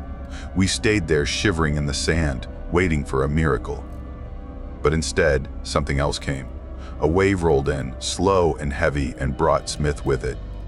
His body hit the shore like a piece of driftwood. He did not look like the person I had known my whole life.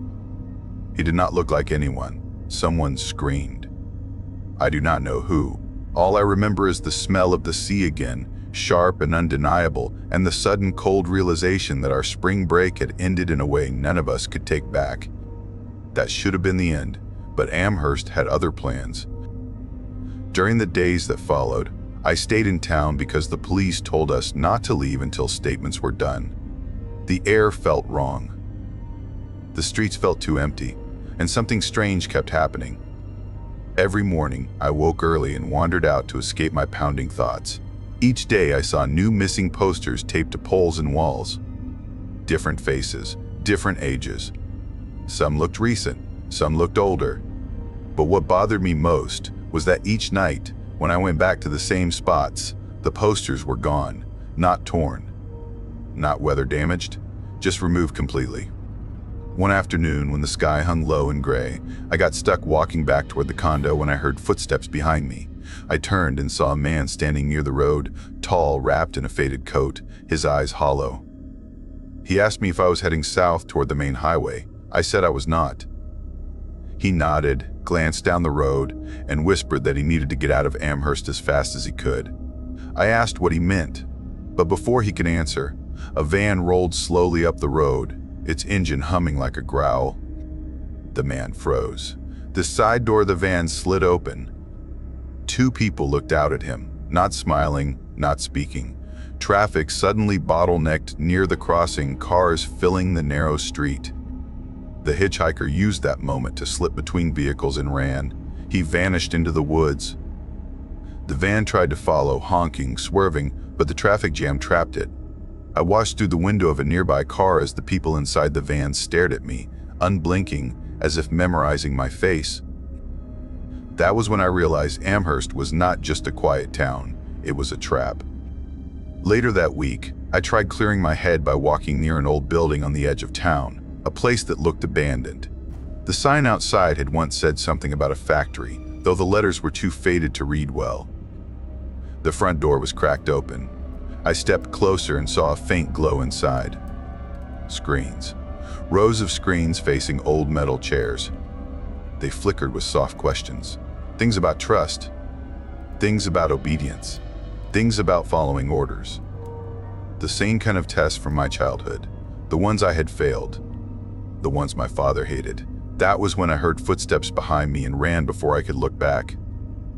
Day after day, the town felt worse. The locals watched us like they knew something we did not. The woods rustled at night even when there was no wind. And every time I walked near the shore, I swore I saw someone standing far out in the waves, facing the land, waiting. By the time the police let us leave, I felt like the town itself was watching. We packed our bags in silence and drove south without speaking.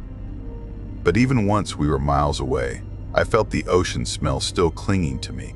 The memory of Smith dragging me into that final night still stuck behind my ribs. And the image of the factory screens and the van and the missing posters haunted every quiet moment. I never returned to Amherst. But sometimes, when I dream, I see the waves again, black and endless. I see someone walking out toward me. and I hear the soft echo of those factory screens asking if I follow orders, if I trust what I am told, if I understand what happens to people who do not. I always wake before I learn the answer.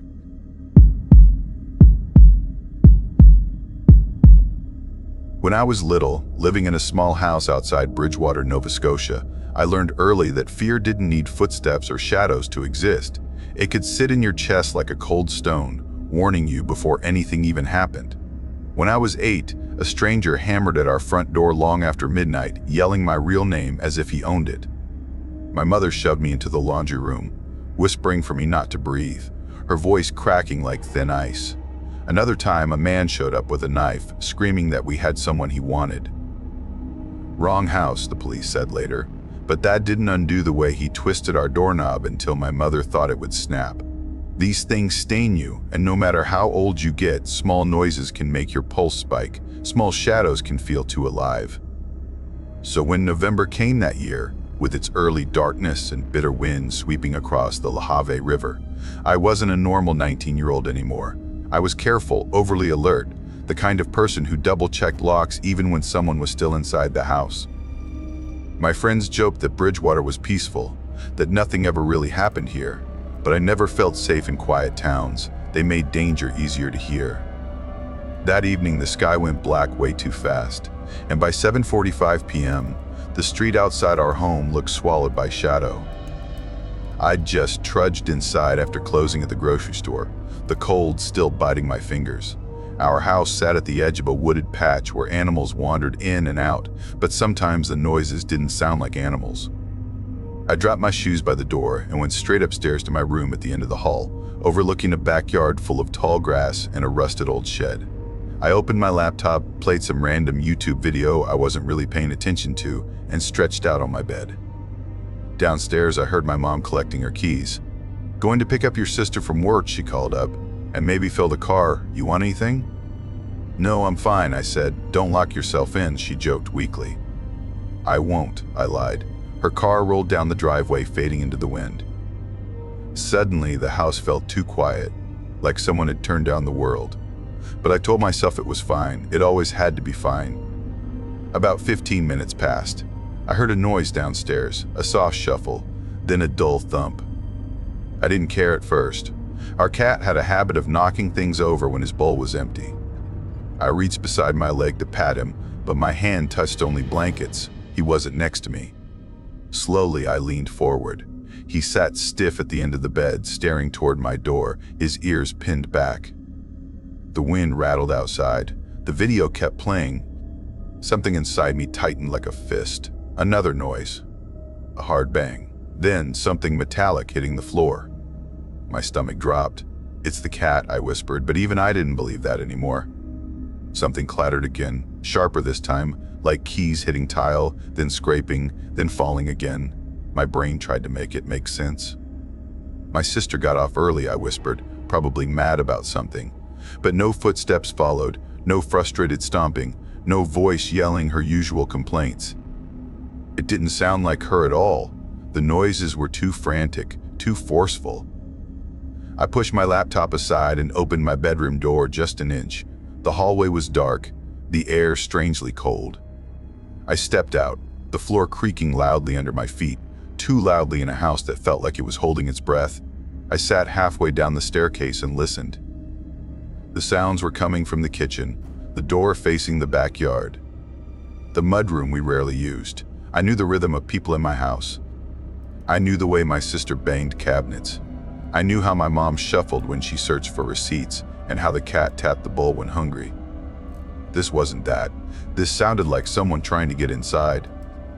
My heartbeat thudded so hard I thought the whole staircase would shake. Cold sweat gathered behind my knees.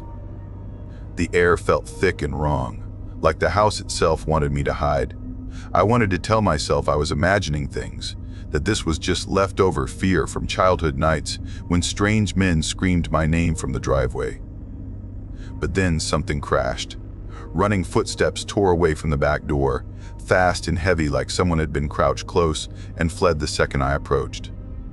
I jumped, nearly falling down the stairs, then forced myself toward the kitchen, even though every part of my body begged me to go back. The kitchen door came into view, and the icy air hit me hard. The plastic cat flap wasn't there anymore. It had been ripped off. Torn. Pieces lay scattered like broken teeth on the floor. My knees went weak. It wasn't an animal. Something in me wanted to deny it, but deep down, something older than reason whispered the truth. Someone tried to come in. I staggered back, trembling so hard I couldn't control it. My phone slipped in my shaking hands as I called my mom. No answer. I tried again. Finally, someone picked up. My sister's voice, annoyed, yelling over highway noise. "What? Are you home?" I choked. "What? What? No. Why? Please, just tell me the truth. Are you home right now?" My voice cracked. "No," she snapped. "We're still 5 minutes from the store. What's going on?" "There's someone here," I blurted, the words falling out before I could stop them. "What do you mean, someone?" "The cat flap," I sobbed. "They ripped it off. They're trying to come in." Her tone changed instantly, turning sharp and scared. "Call the police now." I hung up and dialed emergency services. My fingers barely worked. I ran upstairs with my cat scrambling behind me, almost tripping me as I shut myself inside my room. I pressed my back against the door, trying to stay quiet, my breath shaking uncontrollably. The dispatcher spoke softly, trying to calm me. "Stay in your room. Help is coming." But then it happened. Footsteps downstairs. Not hesitant, not curious. Walking, moving, confident. I froze, covering my mouth with both hands. I could hear the creak of the floorboards, the shift of weight, the faint murmur of voices. 2 people maybe? 3? They were inside the house. They were inside. My throat closed up. Horror soaked into me like ice water. I whispered into the phone. They came back. "They're inside." I could feel the dispatcher tighten, even through the line. "Stay quiet, stay hidden. Officers are almost there." But fear didn't listen. Entire. Something inside me wanted to scream, or break the window, or run into the woods barefoot if I had to. Anything to get away from whoever was roaming my downstairs. The footsteps moved through the house. I heard a drawer open sharply, another door. A whisper I couldn't quite make out. A low laugh that didn't sound human at all in the stillness. I pressed myself into the corner beside my dresser. My cat crawled under the bed, his fur sticking straight out. Lights flooded the driveway, voices outside, car doors slamming, flashing red and blue seeping through my bedroom blinds. My legs gave out, police swarmed the house. My mother and sister rushed in behind them, but the intruders were gone. They had vanished like smoke. Officers checked everything. When they examined the back door, the truth came out, sharp and horrifying. The spare keys we kept inside on the counter had been their target. Someone had shoved a broken wooden handle part of a snapped broom through the cat flap hole and knocked the keys down. They had been trying to hook and pulled them out, trying to unlock the door from the inside. And when the broom handle broke, it snapped the inner part of the door handle too, jamming the lock. That accident was the only thing that kept them from getting inside before I walked into the kitchen. If that hadn't happened, they would have come in silently. No crash, no running, no warning.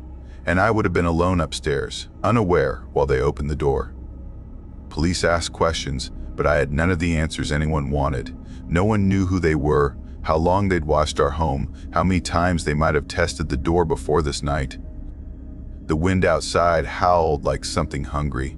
Bridgewater suddenly felt too small, too quiet, too dark.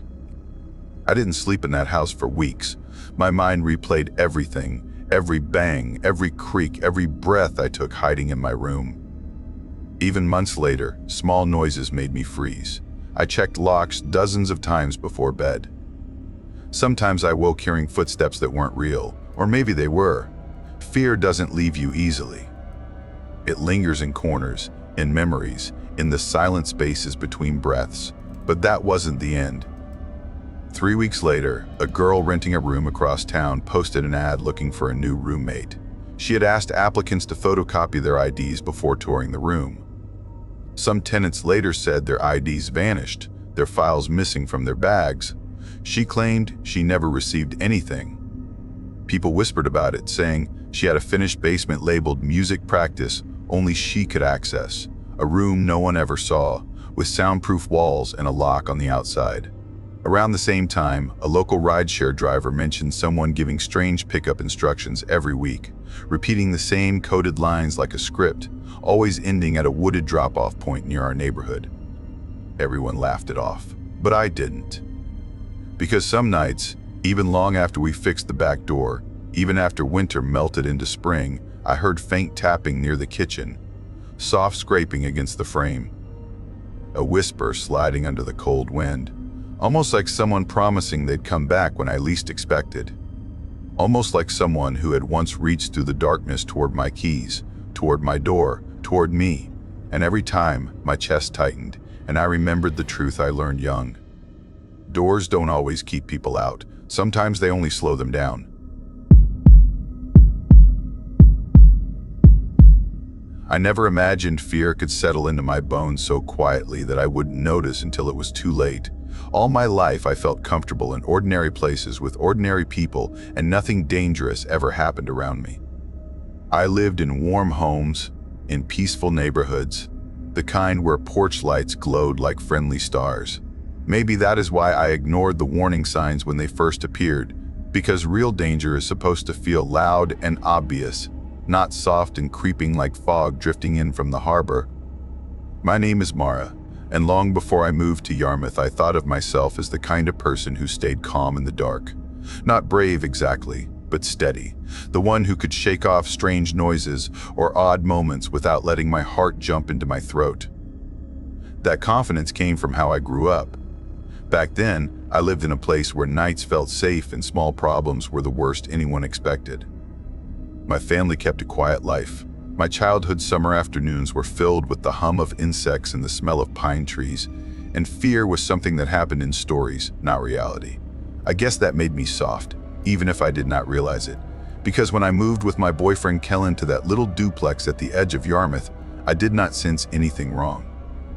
I did not question the cheap rent, or the tall wall behind the house, or the backyard gate heavy enough to keep out a bear. I just assumed we had been lucky. Kellen worked as a night shift grocery stocker, the kind of job that left him exhausted and often coming home at strange hours. I didn't mind. We had only lived there for 5 weeks and were still unpacking boxes and figuring out where everything belonged. The place still felt borrowed, like we were guests in someone else's home. On the night it happened, Kellen told me he would be late, maybe very late, because they were rearranging the entire store. I didn't care much because I was tired and just wanted a quiet night. I kicked off my shoes, ordered takeout, and curled on the couch with the TV low enough to be background noise. The kind of night where your brain shuts off and everything feels soft and warm. The first sound came around 7:45 p.m., a faint metallic tick from somewhere downstairs. I paused the TV and listened, but nothing followed. I whispered "old house" to myself, not sure if I meant the sound or the strange weight that settled in the air. I shrugged it off and scrolled through my phone, forgetting I had run out of credit earlier that day. No calls, no texts, no data. The screen felt like a dead thing in my hand. It should have bothered me more. Time slipped by in its lazy way until a little after 9 when I heard it again. This time, it wasn't a tick. It was a slow scrape, like metal dragged gently across something hollow. The kind of sound someone makes when they don't want to be noticed. My heart thumped faster than my thoughts could catch up. I sat up, muted the TV, and waited for another sound. Nothing came. I checked the front door, the deadbolt locked tight, the chain still hanging the way I left it. I peered through the peephole. The porch was empty and the street outside looked like a painting of stillness. The back door was locked too. Everything looked normal. I told myself I was just tired, just jumpy, but the air felt thick in a way I didn't like. I grabbed my laptop and went upstairs, leaving the house dark except for one small lamp. The upstairs felt different than usual, like the shadows were listening. I turned on soft music and tried focusing on my laptop screen. That was when I heard it again. A tiny rattle, almost polite, coming from downstairs. I froze with my fingers hovering above the keyboard. The sound stopped as if it had felt me noticing. I waited, listening so hard that the ringing in my ears became louder than anything else. After a few minutes, I convinced myself to turn the music back on. A little after 10, the sound came again, worse than before. A long, slow screech like steel sliding against steel in a careful hidden motion.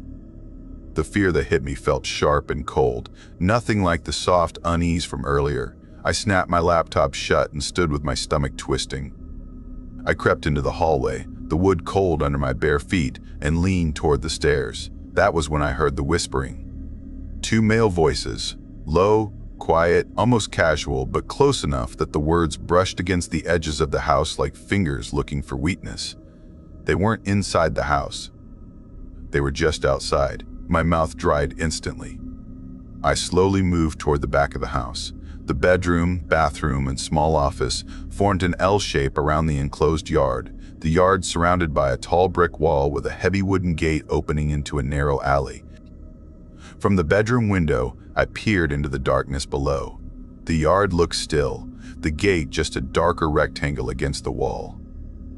Then I heard one of the whispers again, louder this time, as if the men had moved closer to the gate. "Yeah, this is it." Another voice answered, "Seen the gear, we're set." I dropped to my knees so fast my palms burned on the floor. My breathing turned shaky. They weren't passing by. They weren't lost. They were here for my house. I crawled to the wardrobe and grabbed the heavy iron rod we found stuffed in there when we moved in. We had laughed about it once, calling it a relic from someone with strange hobbies. But now, it felt like my only lifeline. I kept the lights off. I didn't want them to know where I was. My fingers trembled so badly that I had trouble gripping the rod and my thoughts spun in circles.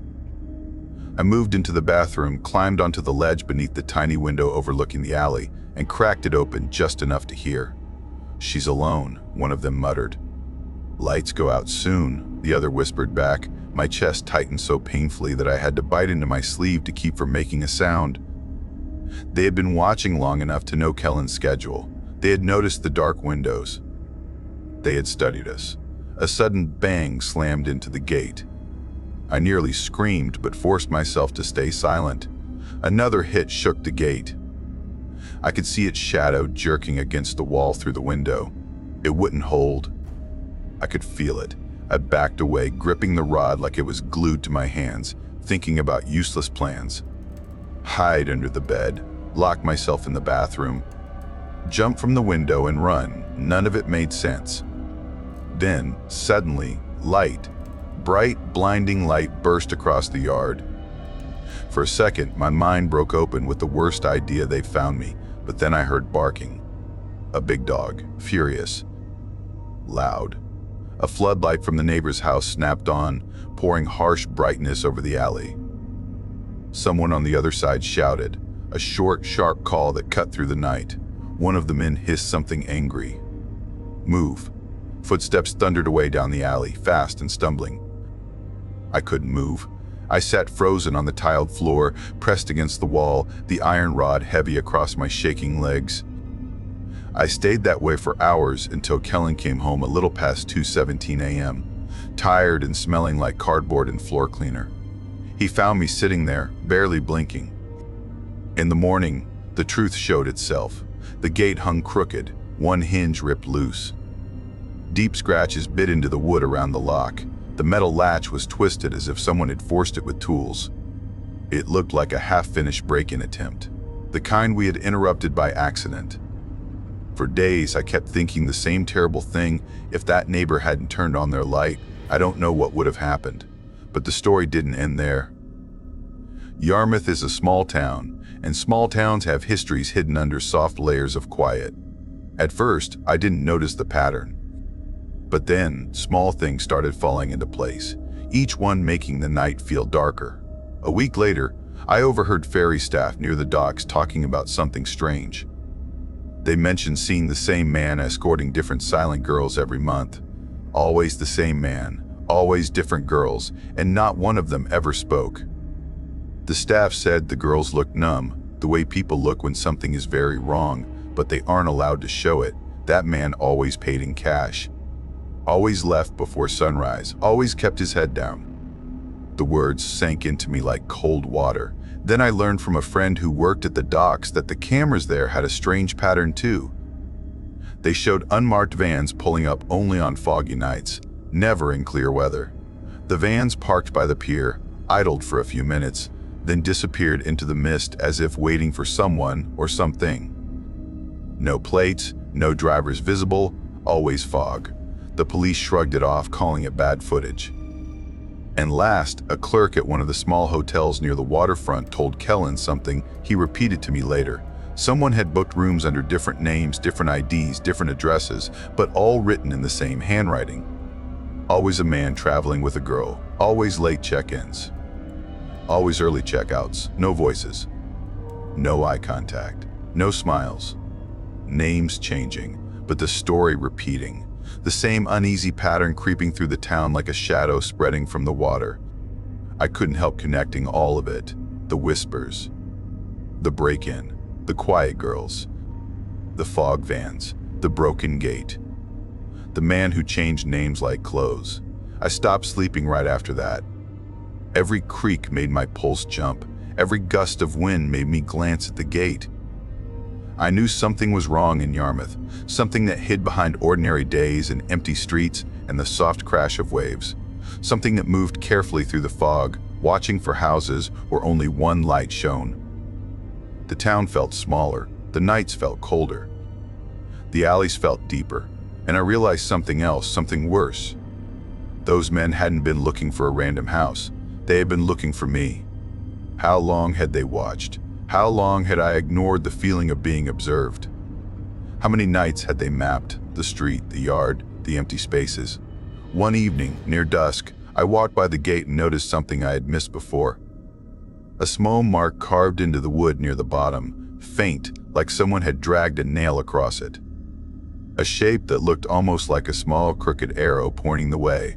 I didn't know if it was new or if it had been there all along. I felt watched again. Kellen tried comforting me, but he didn't understand the feeling of being hunted by something quiet, patient, and familiar with shadows.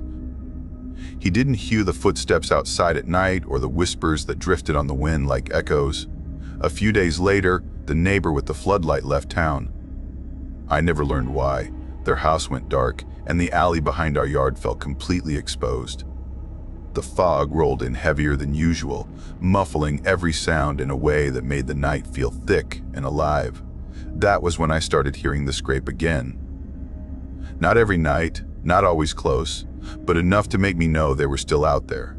Enough to make me sit awake with the iron rod on my lap, listening for footsteps. And every time I lay awake, I wondered if one of those silent girls had once lived in a house like mine, thinking she was safe. Some nights I dream of the gate breaking open. Other nights I hear the whisper, "She's alone," drift across the yard. I can no longer tell which sounds are real and which ones my mind creates because it doesn't know how to feel safe anymore. Every night feels like waiting, waiting for whispers, waiting for the light to fail, waiting for the moment they decide to come back. Because danger in Yarmouth doesn't vanish, it circles. And sometimes the only reason you survive one night is because someone else happened to wake up at the right moment. I don't know who will wake up next time. And deep down, I fear no one will.